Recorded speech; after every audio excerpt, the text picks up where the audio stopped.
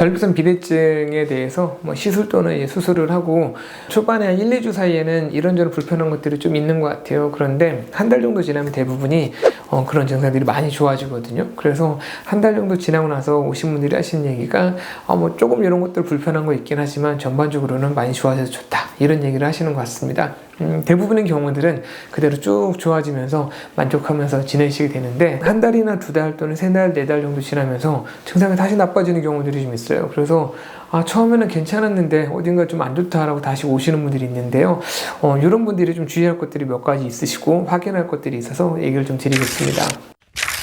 전립선 비대증을 치료하고 나서 대부분 정상적인 회복 과정을 보이다가 그 안에서 완벽한 그런 상처 회복 과정을 보이는 데까지는 저희가 두세 달 정도는 걸린다고 봅니다. 그러면 그 사이에 저희가 처음에 이런 것도 조심하세요라고 얘기를 드렸던 것들이 있어요. 많이 움직이지 마세요, 심한 운동을 하지 마세요, 또는 술 같은 거 피하세요라고 얘기를 하는데, 어느 정도 좋아지다 보니까 좀 편하게 생각하시는 경우들이 있거든요. 그러면 얘네들이 좋아지다가 갑자기 어느 순간 염증이 생기는 경우가 있고, 갑자기 소변이 막 급하게 마르기 시작한다거나 소변 볼 때 따갑기 시작한다거나 이런 증상이 생기는 경우가 있고요. 이런 경우는 사실 시간이 지나면 좋아지긴 하고요. 단기간으로 항생제 치료가 필요하기 때문에 내가 괜찮았는데 갑자기 소변이 급하게 마르고, 이런 경우일 때는 좀 편하게 생각하셔도 되시고, 병원에 가서 내가 좀 조심해야 될 것들을 좀 덜 조심한 게 있는지 확인하시고 필요한 약 처방 받으시면 좋아질 것 같습니다.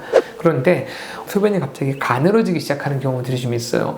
보통 수술하고 나서 한두 달 사이에 소변이 가늘어지기 시작한다고 하면은 사실 저희도 가장 경계하는 부작용인데, 요도라든가 방광경부가 구축이 오거나 협착이 생기면서 좁아지는 경우를 얘기를 합니다. 이런 협착과 관련된 문제들은 저희가 아무리 신경 써도 한 100에 1명 정도 생기는 것 같아요. 보면 협착이 다행히 가볍게 오게 되면 간단한 처치만으로 끝나기는 하는데, 사실 이런 협착은 그런 환자분이 가지고 있는 살성하고 관련이 된 거거든요.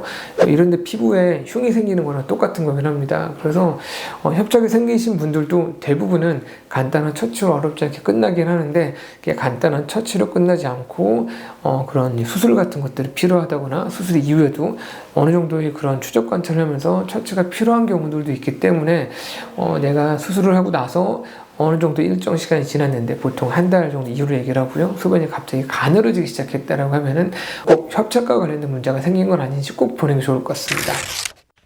그리고 또 한 가지는 보통 내가 3, 4개월, 한 6개월 정도까지는 아무 이상이 없었는데, 한 6개월 정도 지나면서부터 전립선이 천천히 좀 안 좋아지기 시작했다, 이런 경우들도 좀 있거든요. 보면 저희가 전립선 비대증을 치료를 할 때 전립선을 완벽하게 다 제거를 하려고는 하지만 어떤 치료 방법은 일부 이제 전립선이 그런 기능적인 부분을 유지해야 되는 부분이 있기 때문에 남겨놓는 경우들이 좀 있어요. 보통 이제 그런 사전 기능을 좀 보존을 원하는 경우라든가 그런 경우일 때 저희가 조직을 일부러 좀 남겨놓는 경우도 좀 있거든요. 그러면 대부분 그 조직들이 저희가 그 만들어 놓은 상태에서 그냥 유지가 되면서 크게 문제가 되지는 않거든요. 그런데 어떤 경우들은 걔네들만 이렇게 비대칭적으로 커지면서 소변이 나오는 길을 걔만 딱 심플하게 딱 막는 경우들이 좀 있습니다. 이런 경우들은 간단한 수술을 통해서 거기만 톡 또 쳐내면 되는 일이 또 생기기도 하니까요.